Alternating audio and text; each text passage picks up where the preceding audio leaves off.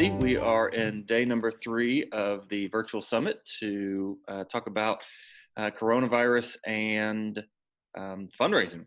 And we've had really good conversations the last couple of days. And today I'm very excited about, we're going to talk about red teaming your development program. But before we do that, we'll start the way that we have the last couple of days.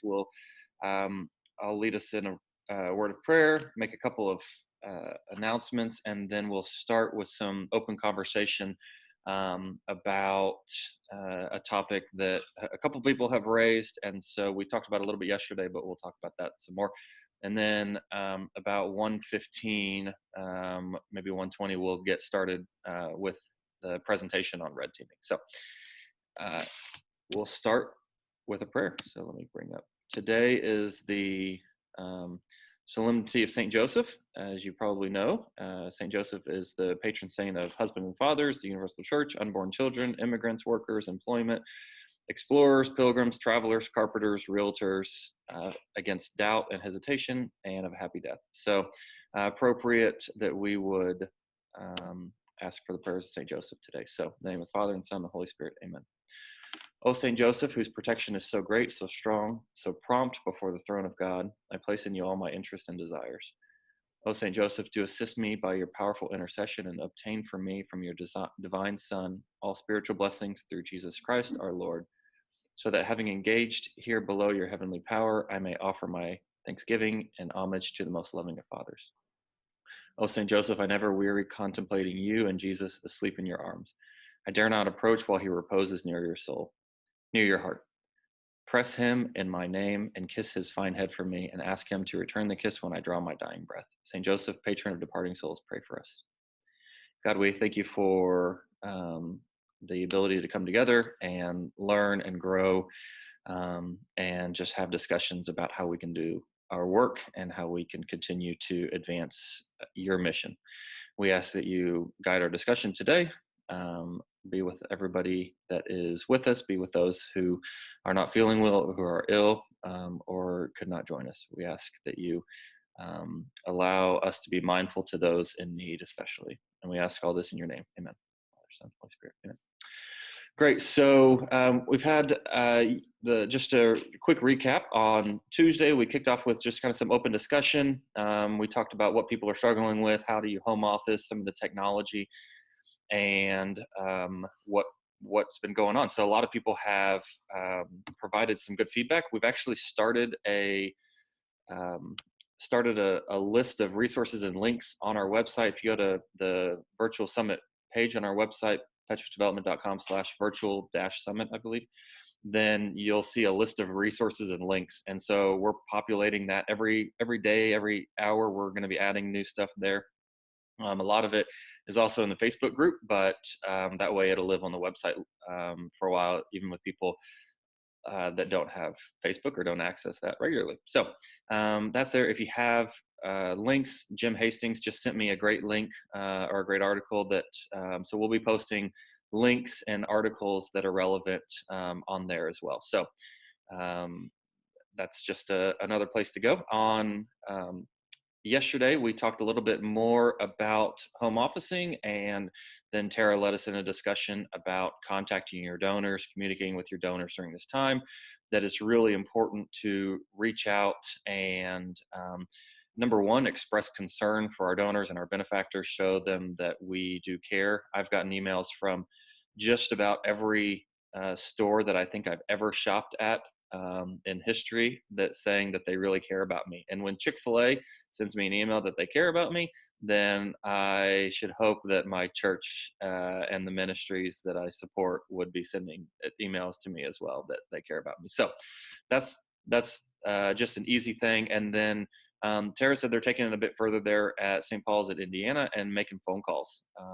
So following up certainly with the people that are most closely connected with their ministry, and the purpose of those phone calls is just to touch base, express concern, and then sort of get a pulse and a tone for how people are feeling. So right now it's not about trying to shore up this gift or future gifts, although that time will come. And as many of you are starting to come to the realization that budgets are going to be hard to hit this year, that you're making plans for next year's budget. The reality of decreased funding is becoming more real, and that's a scary thing. And so that's what I wanted to spend a little bit of time talking about today, and then we'll spend more time tomorrow talking about this topic in particular. But I haven't received any particular emails, but I've seen a lot of resources online of people saying, if you are sending an emergency appeal, here's some language that you can use. People on the Petrus team are writing some of that copy now, so we'll be getting some templates up on that website here in the next, hopefully by the end of the day, we'll have a couple up there, emails, direct mail options. But I wanted to open the floor and see what is the group seeing, what are your questions, what are your concerns, and then what is some advice that maybe you have come to either personally or in conversations with board members, volunteers. Because I know that in one example, canceling a gala, for example, canceling a spring gala, if that's an estimated $100,000 or $50,000 revenue for the spring, how are you going to make that up? There's a lot of, especially board members and volunteers and others, who say, we got to do something to make that money up. Otherwise, we're going to have to let people go or make significant cuts. So anyways, I'll stop talking now and open up the floor. I may call on a couple people. My wife is homeschooling this week. And so I've been picking up some tips from her, and I feel more empowered to just call on people. So I'll open it up and ask for volunteers, people that want to chime in, and then maybe ask a couple people what their thoughts are. Hi, Andrew. This is Jim Hastings. I was one of those people that's in the boat. We just had to cancel our gala. And where are you at, Jim? You share with everybody. Net Ministries in St. Paul, Minnesota. And the number's a little bit larger. It's $250,000 that gala represents. And even my own development committee is split on what our communication should be. It should just be all caring and concern at this time, or, well, we have to do something to try to ask people, especially our closest people, to help with the situation. So everything I'm reading, including that link I sent you, says don't. It says just reach out and show care and concern right now. But there's a certain time urgency to this that will be hard to make up at a later date. So I would be interested in hearing what people's experience or opinions when you're in this particular situation, which way is a good way to go. Great, thanks, Jim. One thing that I'll say, just to kind of get us started, is we've been looking a lot at the numbers from 2008, 2009, and the recession that made its way through the country at that time. And we'll have some more information hopefully tomorrow to share with the group. But just not anecdotally, just from a high level percentages, there are statistics out there that say that 40% of nonprofits actually increased their development revenue, their fundraising revenue in 2008. 20% remained flat, and then the remaining 40% saw a decrease. So what that tells me, and that's at large. You're accounting for groups that particularly serve the poor or that are in crisis management situations, Red Cross, for example, or food shelters. Many of them saw significant increases because people redirected their giving. That's something else that was a trend in 2008, 2009, is donors became much more focused on where they gave to. And so the fact of the matter is that represents kind of a couple of different points in my mind. Number one, if you have been implementing good, solid fundraising practices up to this point, that you're in a much better position than trying to just get started with something. So that's number one. You're in a good place right now because you have donors that love you, that support you, that care about your mission. Number two, it means that at some point we can't be afraid to ask again. And Jim's question, and I think it's a good question for the group to chime in on, is when is that point? When do we get to that point where you have to start asking again? Darren's going to share a little bit about this in his presentation, but there are actually people who their businesses and personally, they do very well in situations like this financially. Just the way that they're structured, I mean, I'm sure you've seen the memes and the pictures of the Purell CEO, decked out in gold chains. And, that's a kind of a silly example, but there are people that are doing well, and they know they want to step up and they want to support and kind of maybe fill that gap for people that cannot. So again, I'll stop and open it up to the group, but what are some other thoughts or questions on this particular issue?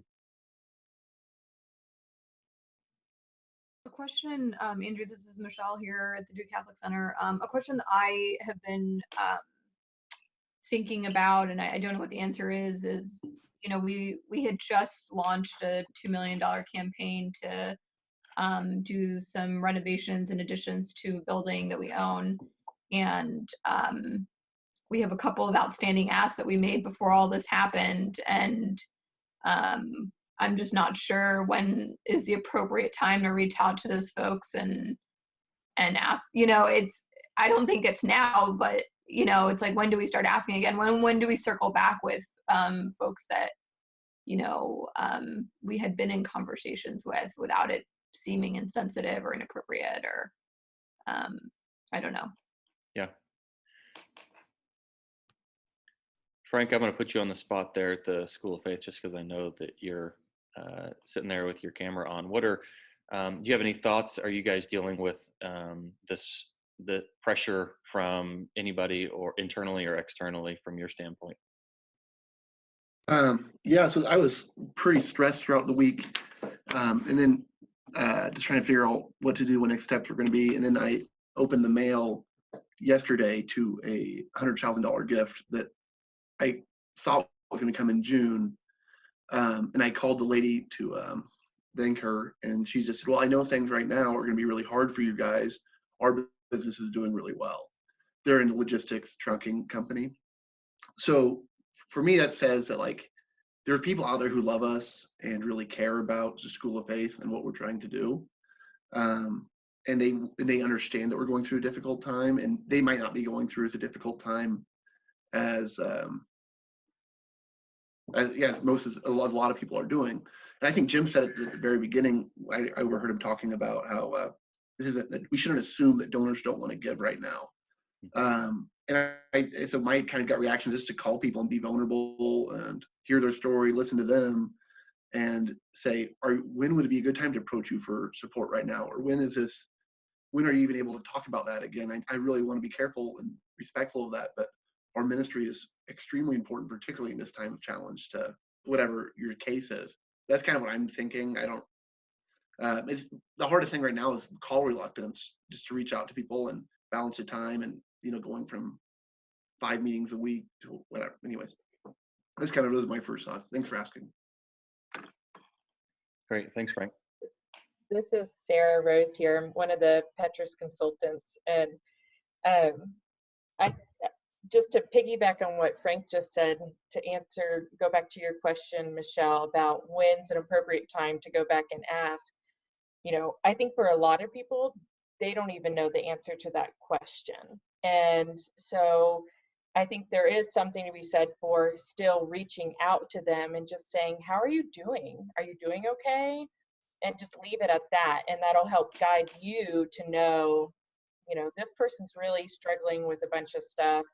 I'm not going to reach out to them for X long, or vice versa. Like, I think one of the benefits of being in religious fundraising is something that at the root of everyone's fear right now is that fear of death. And our faith gives us the tools to address that. And people need that right now. So they need compassion. And this is just a great time to get in front of them to say, I'm here for you. Let's talk about this. What are you worried about? So I would just start there. Yeah, so I want to kind of bring this piece of the conversation to a close, and we can spend more time on it tomorrow as well. And then we'll, like I said, be posting resources on the website as well, and in the Facebook group. But Jim, one of the thoughts that comes to mind with a banquet, or anybody in this that's in the situation of if the goal was to raise $100,000 or $250,000 from through your banquet, through 500 people or 300 people or whatever that number was, they're, like Frank was saying, like Sarah's saying, like we've been talking about a little bit, are there people that can be approached individually that would have been there and been involved, that you can ask for a greater commitment than they would have potentially given by buying a table at the event? So again, it's all about relationships, and it's all about being vulnerable, as Sarah said, it's the art and the science of fundraising. It's authenticity and intentionality. And so if you can put those together, then you can do well. So anyways, this is great. And I hate to kill the conversation, but I really think that what we've got planned today is very appropriate for what we're going through right now. So I'll introduce Darren Payne and hand it over to him. But just to give kind of my ideas on why we're doing this discussion, we had planned this earlier at the year with our monthly webinar series, Red Team Your Development Program. And so Darren's going to talk a little bit more about red teaming, but it's basically the practice of looking at your strategy, coming up with, creating your plan or your thought of what your plan might be, and then having people, or having just the mindset of let's poke holes in the plan and figure out what could go wrong before we launch. And so there's a lot of history behind it, and I'm going to hand it over to Darren to explain more about it. But I think that this is really appropriate for development offices, because we are involved in the planning, the creating budgets, creating operational plans for our ministries, for our organizations. And sorry, somebody just asked if we lost sound. I think everybody can still hear me. So it's just you, Andrew, sorry. And so this is very appropriate for what we're doing right now, because we are going to be being pulled into conversations about strategy and about plan. So anyways, enough from me. I'll hand it over to Darren and let him introduce himself and get going. Share screen, right? Share my screen. Am I there? All right, good to go. Everybody hear me okay? I'm good. Cool. Hello, thank you guys so much for having me. I'm really excited to do this with you guys. Appreciate being invited to participate. So to give you a little background, I was a fundraiser for almost, I think, 12 years. So I've sat in your guys' seats and I've worn your shoes, and I've been in, started doing it before the 08-09 recession and survived that, and then good times after that. So we'll get right into it, and I will. The weird thing about this is I'm actually going to throw a lot of information at you guys that kind of may not make sense right away. So just hang with me through the whole thing as I kind of present everything, and I'll try and do it kind of quickly so we can go through it, and then you can get a big picture of what exactly this is. The good news is this is never how you should present a PowerPoint. I put way too many words on the slides. But I hope that one, it helps me remember when I teach as I transitioned to the professor side of fundraising universities a couple years ago. But two, it should hopefully provide a good resource for you guys should you want to go back and review this. So can they see that PowerPoint? Okay, yep. Cool. All right, cool. So we're going to talk about red teaming. And what the heck is that? There we go. Okay. This actually stems from the U.S. Army, believe it or not, which has a rigid hierarchy, of course, right, with rank and title and listed officers. Very large organization, so it can be very bureaucratic. They're the ones that created it. The Marines actually sent officers there, Border Patrol, DEA, Homeland Security, a lot of folks. If you've seen, and this is all based on a book, which I touch on, and then I've added some additional information, which we'll get to the book at the end. If you've seen World War Z, which is not a great movie, but at the beginning, there's a zombie apocalypse. And I think Israel is the only country in the world that decided to close their borders. And so they didn't get attacked by the zombies. And Brad Pitt goes there to figure out why. And then the rest of the movie happens. But that's pretty much all you need to know, is that he goes there and asks them why they did that. Why were they the only country in the world during an outbreak like we're having now, although we don't have zombies, said, we're going to close our borders. And it's because they all agreed they shouldn't. So 10 out of 10 decision makers said, no, we're okay. It's not that bad. We're not going to close the borders. And what they decreed is that if we all agree, we can't all be right.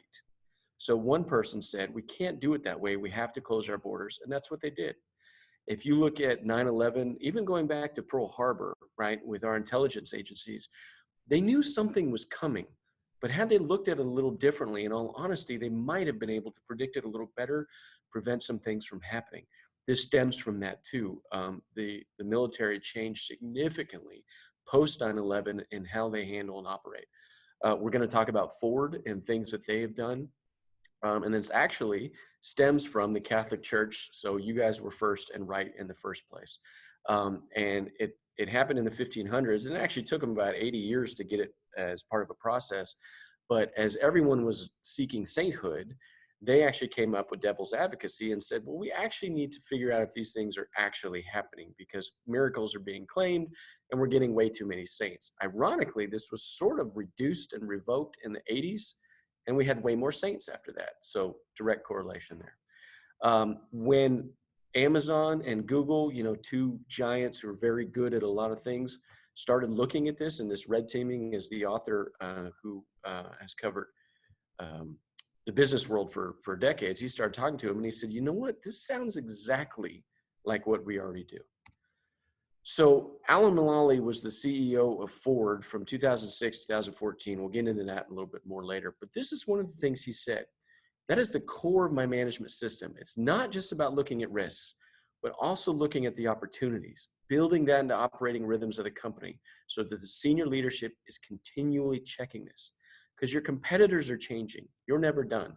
You always need to be working on a better plan to serve your customers and grow your business. And I think that applies to the nonprofit world and fundraising as well. So how this started, Red Team University started with the Army because a lowly colonel was tagging along with two generals, basically because he was going to be the secretary and take notes. And they're going in before we're going to invade Iraq, and they meet with a prominent Shiite leader, one who really probably they were considering as someone who could succeed Saddam once he was overthrown. And they start asking questions. They sit down, they have some very brief chit chat. The Shiite leader offers some Cuban cigars, which the generals take, and they start asking, how are the roads in Baghdad? How are the airports? Where can we roll in tanks? Where will we run into resistance? And all this stuff about how they're going to go in. And the Shiite leader very politely answers, and he's sitting there, and the colonel who's taking notes and being quiet kind of notices that he's kind of getting irritated, not in a bad way, but he's just not happy with the questions. And he finally says, let me ask you a question. And the two generals sit back in their chair, stopping and saying, of course, go ahead. And he says, how long do you intend to stay here after you've toppled Saddam and freed my country? Well, they didn't have an answer. And they kind of hemmed and hawed around, I don't know, maybe a year. You don't need us here for longer than that. And he says, well, let me ask you a question. How long have you been in Germany since World War II? Because that's been over 60 years. And they didn't have a plan for that or an answer for that. And on the way back, the colonel is just thinking, holy cow, what is wrong with our planning that we're looking at the immediate? We're not looking at the long term. We're not looking at what we're missing, right? So as the war goes on, the Army realizes that we're having some issues. There's a little bit of fatigue. It's been going on. And that's when they started Red Team University. And General Petrus at the time, a lot of good books if you want to read about him, they're actually stabilizing things in Iraq, which was really working until, of course, politics intervene and that happens and changes foreign policy. But believe it or not, the Marines, and my brother's a Marine, so I can openly make fun of him, and I'm Air Force, so we go at it all the time. But the Marines actually use this to mitigate groupthink because, we all think those alpha Marines all think the same and want to do the same thing. But what you learn in the military is really you don't just blindly follow orders. In fact, including lower enlisted, you're encouraged to question something. Of course, doing it appropriately, which we'll get into, is part of red teaming. But you kind of want to actually say, hey, is this the best idea? What about safety? What about risk? What about looking at it this way? So believe it or not, the military actually really works on that. It's not easy, and they had resistance, but that's what Red Team University does, is train their own people how to think and look at things differently. So if you look at Google, move this here. We've long believed that our time, that over time, companies tend to get comfortable by doing the same thing, just making incremental changes. But in technology, where they live, revolutionary ideas drive the next big growth areas, and you need to be a bit uncomfortable to stay relevant. A prime example of this to me is a personal experience with Johnson & Johnson. I had a friend who wanted nothing more after graduating college was to go and work for Johnson & Johnson as a long-standing American company, innovative, develop things that have helped people, develop drugs, etc. And when he got there, he realized he was so frustrated with their lack of ability to adapt, innovate, and look at things differently. Everyone wanted to not rock the boat, keep the status quo, make their very comfortable living, but not question that at all and not rock the boat. And what you get is stagnation with that company, right? As the Department of Defense explains, red teams are established by an enterprise to challenge aspects of that very enterprise's plans, programs, assumptions, and so on. Is the aspect of deliberate challenges that distinguishes red teaming from other management tools. Okay, again, don't ever make a slide like this, but it helps me remember. Red teaming challenges your plans and assumptions upon which they're based. It forces you to think differently about your business and consider alternative points of view. It makes critical and contrarian thinking part of your company's planning process, gives you a set of tools and techniques that can be used to stress test your strategy. Helps you better understand your customers and your competitors. Again, we're a little unique in the nonprofit world, but this is important. It helps you scan the business environment for threats and opportunities, shows you the dangers that lie ahead and how to turn them to your advantage.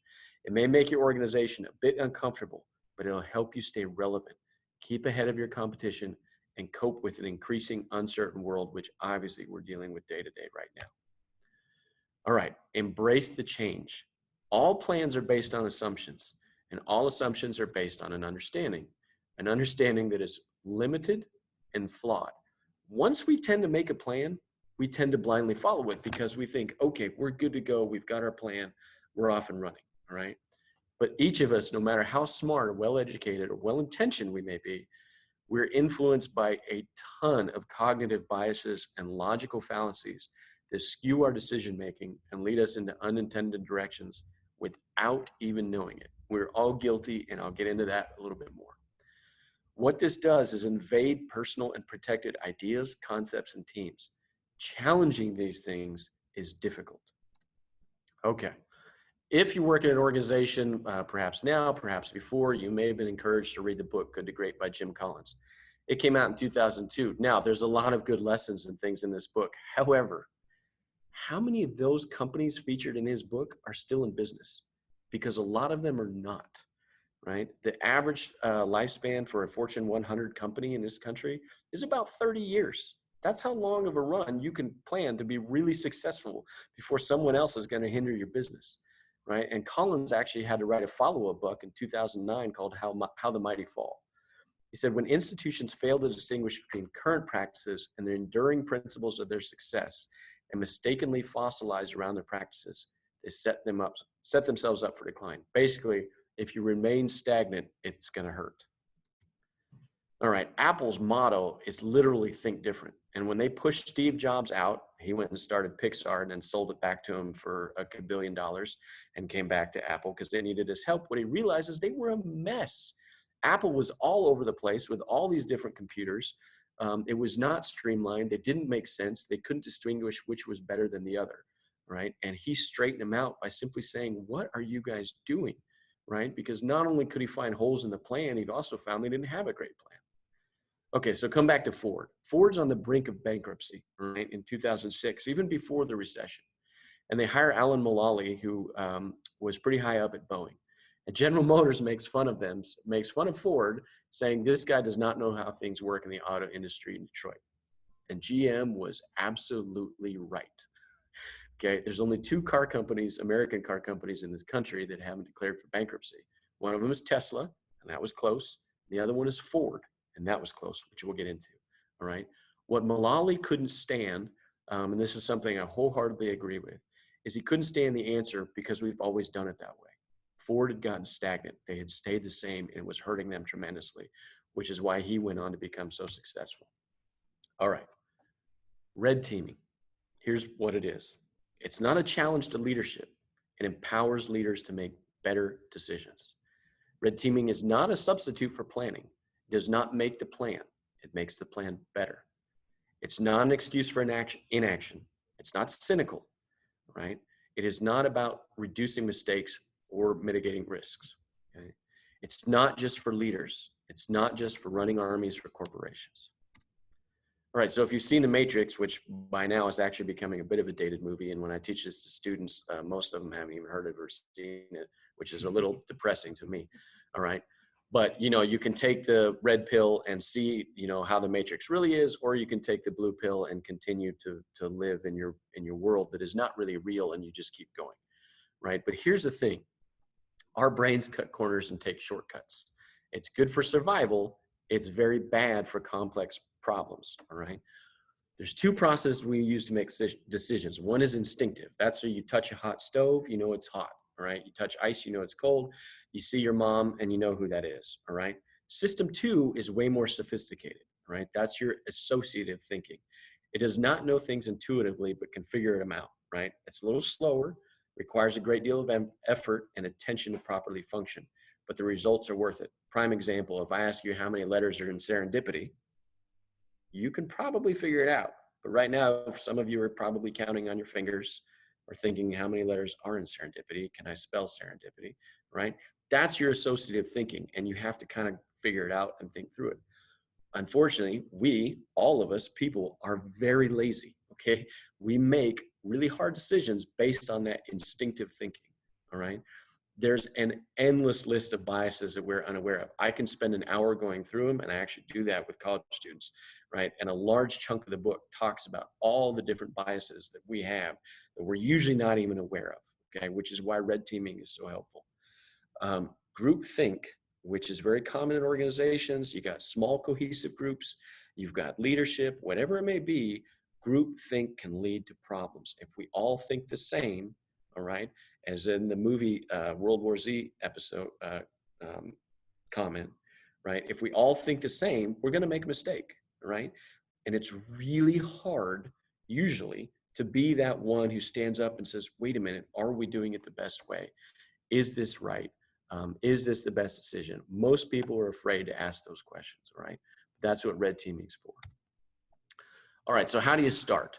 Simply, you can do it informally. All right. And this can really help, not necessarily best method, but we'll get into it. And to be honest, again, I'm going to throw quite a bit of info at you.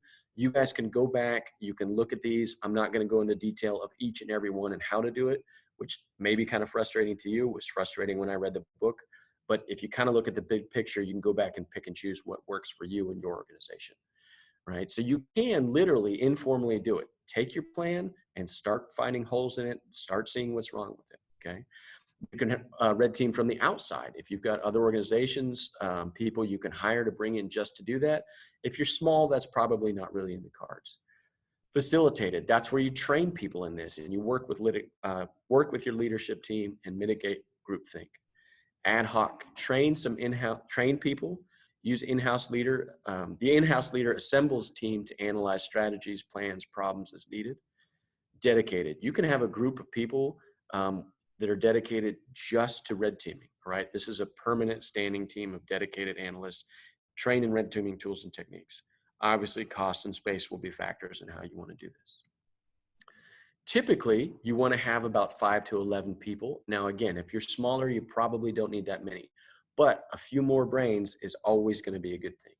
You want diverse perspectives, men and women. Again, if military, we tend to have more men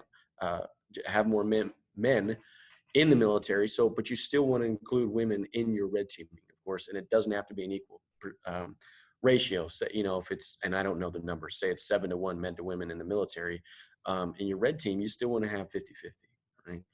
You want honest folks, those who are averse to the pressures of corporate politics. We all have that stuff that happens in our organizations, for better or worse. Hopefully, you've got people who are, kind of averse to caving to those politics.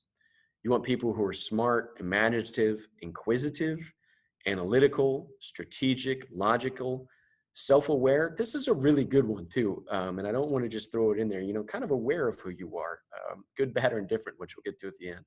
Self-confident and open-minded is key. Ask good questions, and communication is vital.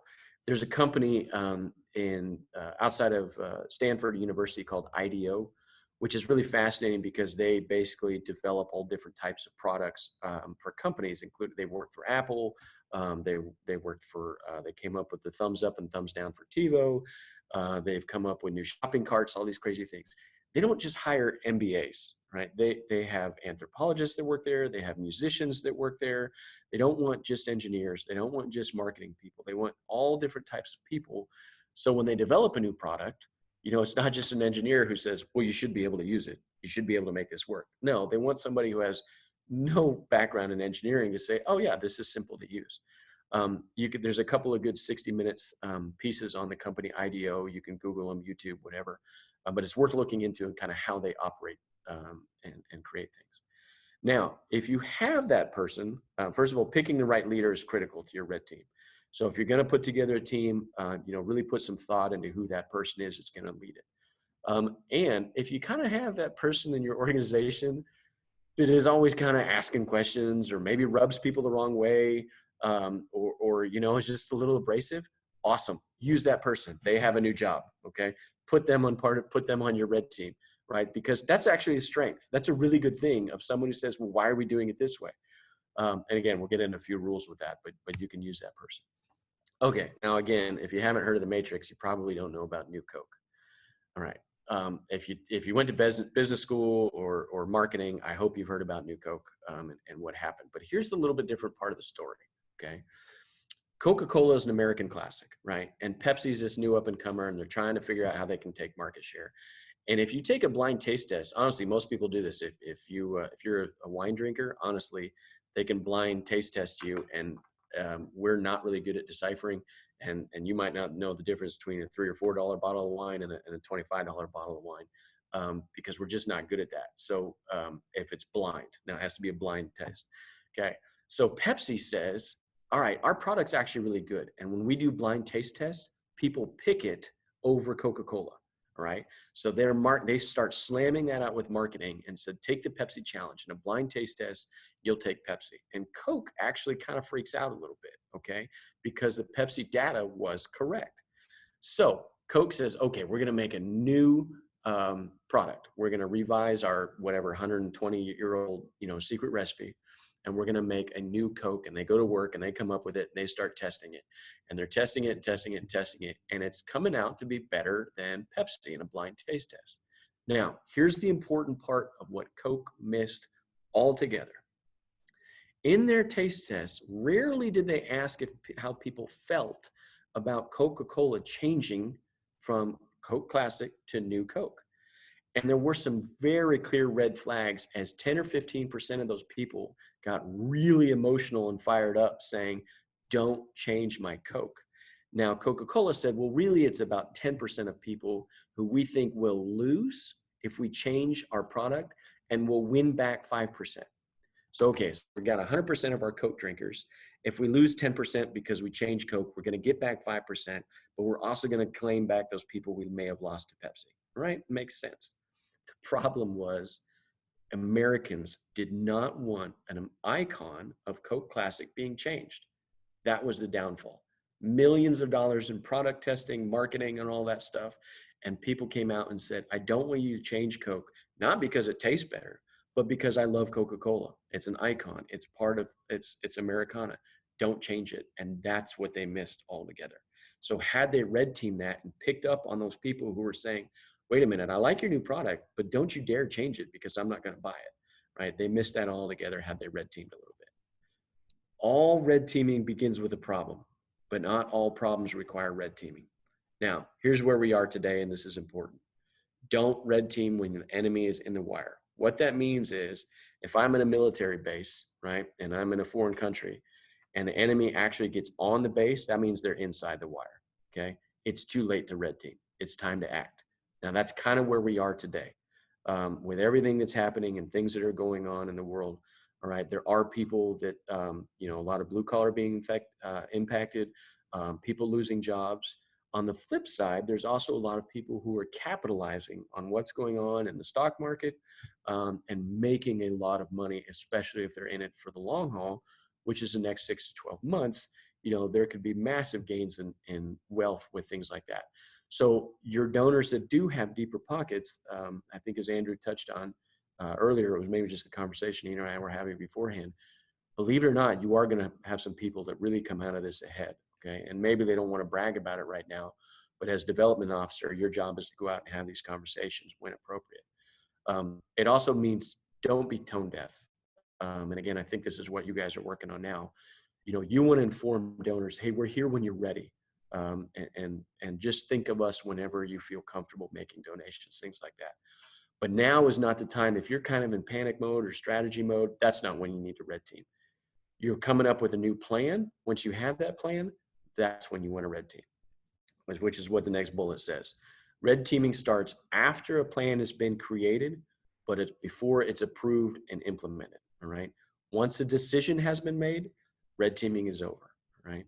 One of the things you can do is begin with a problem restatement, and I think I can explain that a little better here in a minute. So hold on to that thought. Here's some things you can do. And again, you can look into these.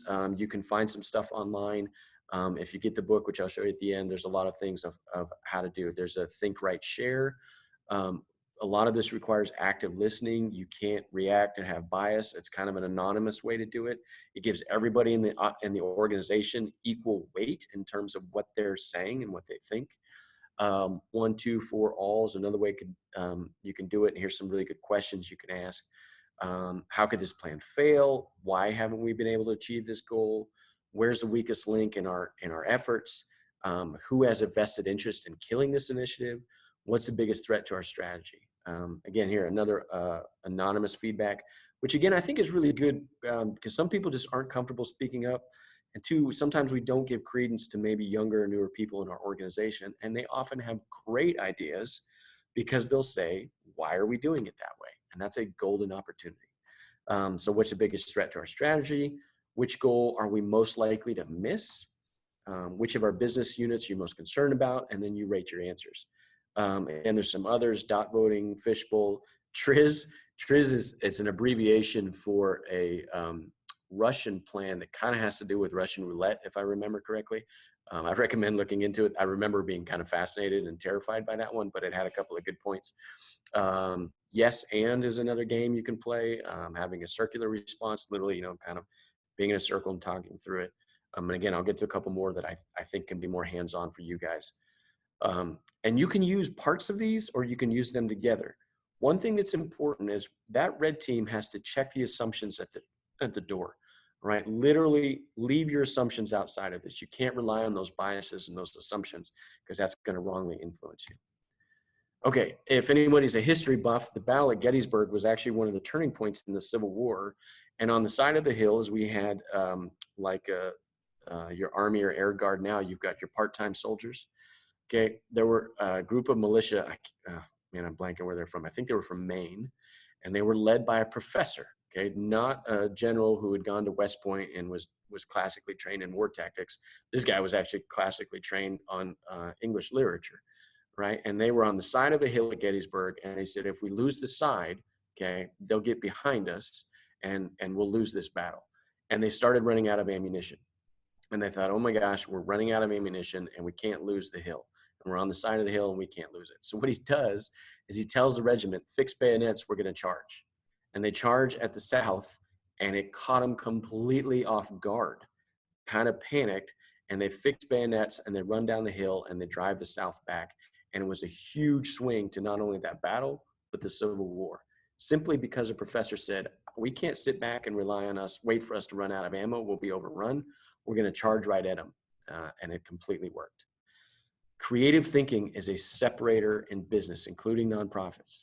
Novel products or services will only get you so far. don't be afraid to innovate. This is one I love to share with college students. I'm sorry if you're younger or a recent graduate. 40% of college seniors are unable to distinguish the quality of evidence in building an argument or express the appropriate level of conviction in their conclusion. What that means is they only know how to give their opinion. And I grade a lot of papers, and that's true. They don't back anything up with fact. And this is more of just something to be aware of. I don't want to criticize anybody. But 9 out of 10 employers say recent college graduates are poorly prepared in the workforce in areas such as critical thinking, communication, problem solving. Again, this is kind of comes back to just that being self-aware, being aware of biases you may have, and trying to work through problems, all right? But don't discount your young people just because I put this in here. If you've seen the movie Moneyball, if you're a baseball fan, it's a great movie. Again, gosh, it's probably 15 years old now, maybe 10. But the Oakland A's were this small market baseball team, and they didn't have the money to compete against the teams like the Yankees, who had way more money to spend. And they started looking at baseball entirely different based on data, not just whether we like a player, not because he's just awesome and he's doing really well. They started finding players inexpensive because they were a little different, all right? And if they lost one player who was great, they would find 3 players who could make up the difference for them, who was much more inexpensive. And Billy Beane is their general manager. Again, some good stuff you can read about him. I encourage you to actually go and watch that movie and see how they do it. Believe it or not, not everything that Hollywood does is 100% true, but it touches the right story and how they were actually able to set a record for most consecutive winning games in a season, which I think was like 22 games straight, by literally looking at things differently. You need to be aware of common logical fallacies. I'll try to speed up here. I know we're getting short on time. You have to be careful, because here's what happens. People, and this is what's happening today, all right? There's an appeal to emotion or fear, going with popularity, bias, generalizing, loaded questions, oversimplification. Be aware of these things, all right? Don't be afraid to dissect an argument. Check your key assumptions. Again, these are some things you can do. You can look at probability analysis, how things work. String of pearls is a really fancy way to do it. Stakeholder mapping. Again, you guys can look into these and see how you want to use them. Let's keep going. Okay, Netflix. Netflix knew when they started out that the internet was not ready yet. Okay, and so they said, we're going to go online, but nobody has really the capacity yet. They went to Blockbuster and told Blockbuster, hey, you can buy us for $20 million.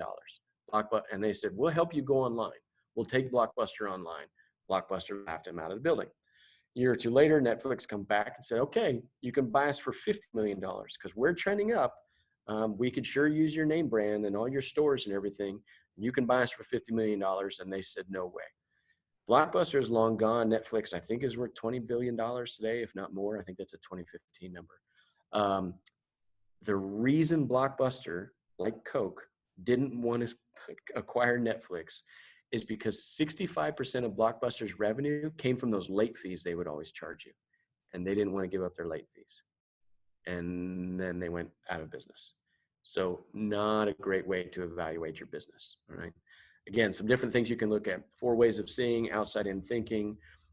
Be your own worst enemy. Again, that's a fun one. A SWOT analysis. I'm sure a lot of you are familiar with that. Strengths, weaknesses, opportunity, threats. 5 whys is a fun one. You literally ask why until you get to the root of the problem, okay? Here's a great one that I think is easy that you guys can do sooner rather than later. It's a pre-mortem analysis, not post-mortem. It's not after the fact of figuring out why it died. Pre-mortem.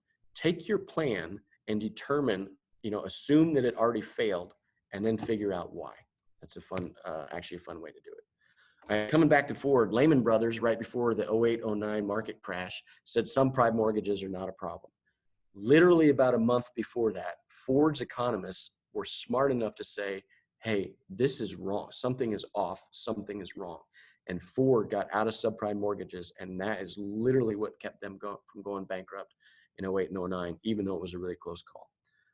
What if analysis, determine the consequences of a calamity. What went wrong, figure out why.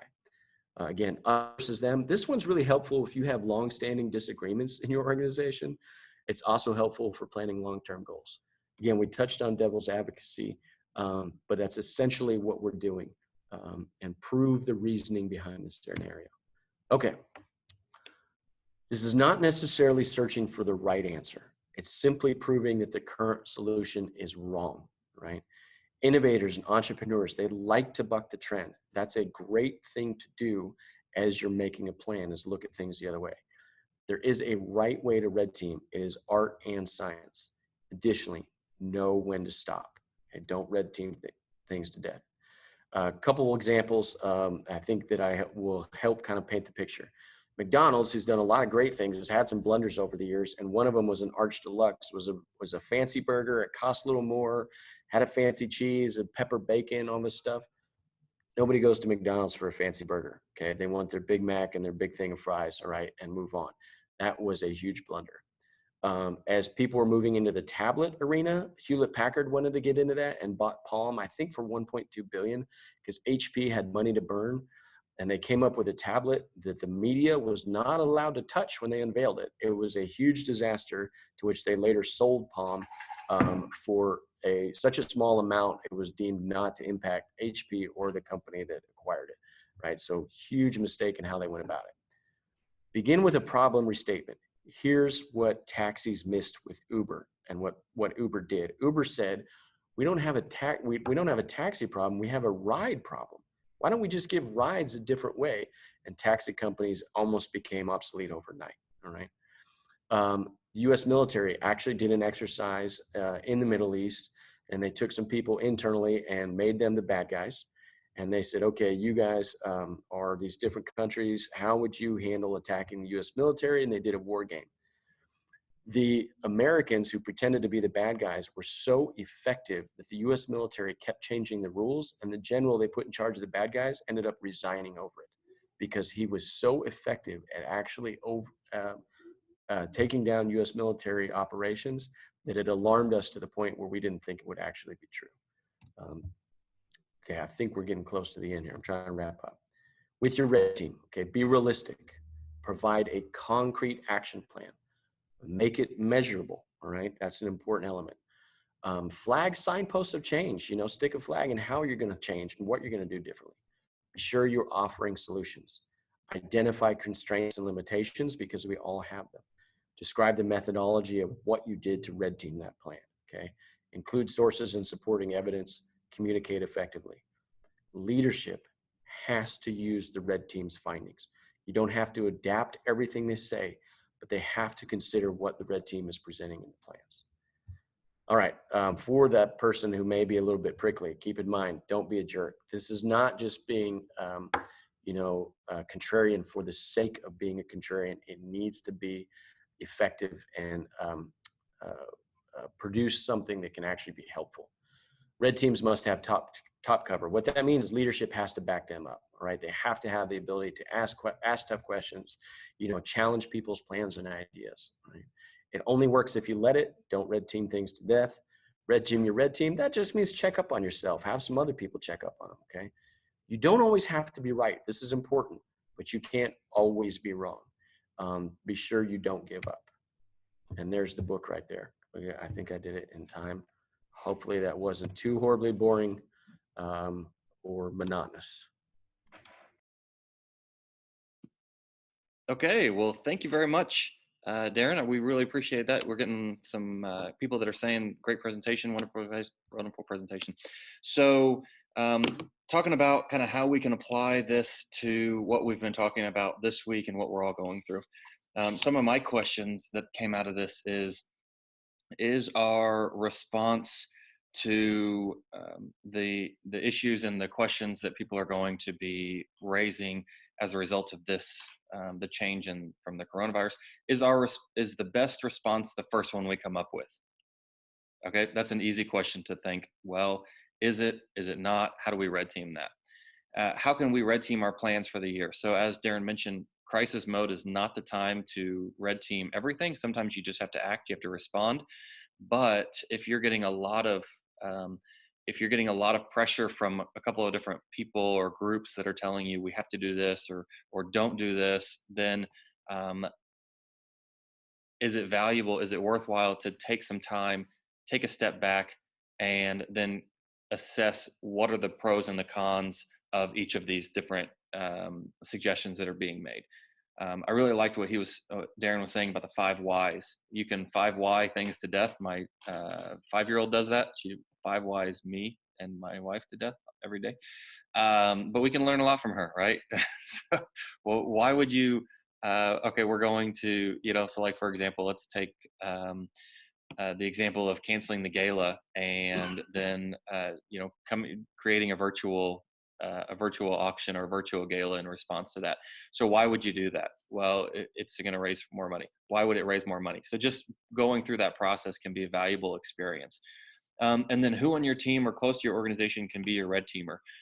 Again, we're talking about making plans for the future and looking far down the road, but we're also talking about kind of the here and now.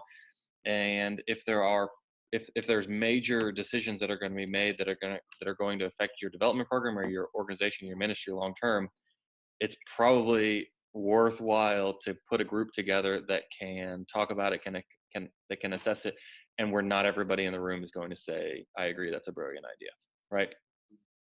So good. And then obviously some other points we need to adapt to 2020 life, and I like what Darren was saying, that all plans are based on assumptions, and sometimes we have to question those assumptions and really evaluate what the underlying what the reason for our assumption is and what the truth behind that is. So I will go ahead and wrap us up now as it's 2:00. But Darren, we really appreciate you being here. Thanks so much for sharing. And this webinar, this session will be up on our YouTube page and our website. We'll have links and notes from here. They'll put some of those into the Facebook group. We'll put some on the website. And then if you want to get a hold, if you want to follow up with Darren, I'm just going to give your email address so we don't have to switch the mics back. Paine, PAINEDA at hotmail.com. So paineda@hotmail.com. And I know Darren's happy to share insights or answer questions with you specifically about red teaming or about anything that he was talking about in the presentation. So thank you all very much for joining us. We'll close with our prayer to St. Michael. And then again, tomorrow we'll be back 1 p.m. Central Time talking about, we've got on the schedule to talk about online giving. We'll also probably come back to this conversation. I think this may be daily for the next couple of days, is how do we communicate? When can we start asking? And what can we do to generate funds in the short term as well as the long term? So in the name of the Father, and the Son, and the Holy Spirit, amen. St. Michael the Archangel, defend us in battle. Be our protection against the wickedness and snares of the devil. May God rebuke him, we humbly pray. And do thou, O Prince of the heavenly hosts, by the power of God, cast into hell Satan and all the evil spirits who prowl about the world seeking to ruin the souls. Amen. Good luck, everybody. Have a great day, and God bless.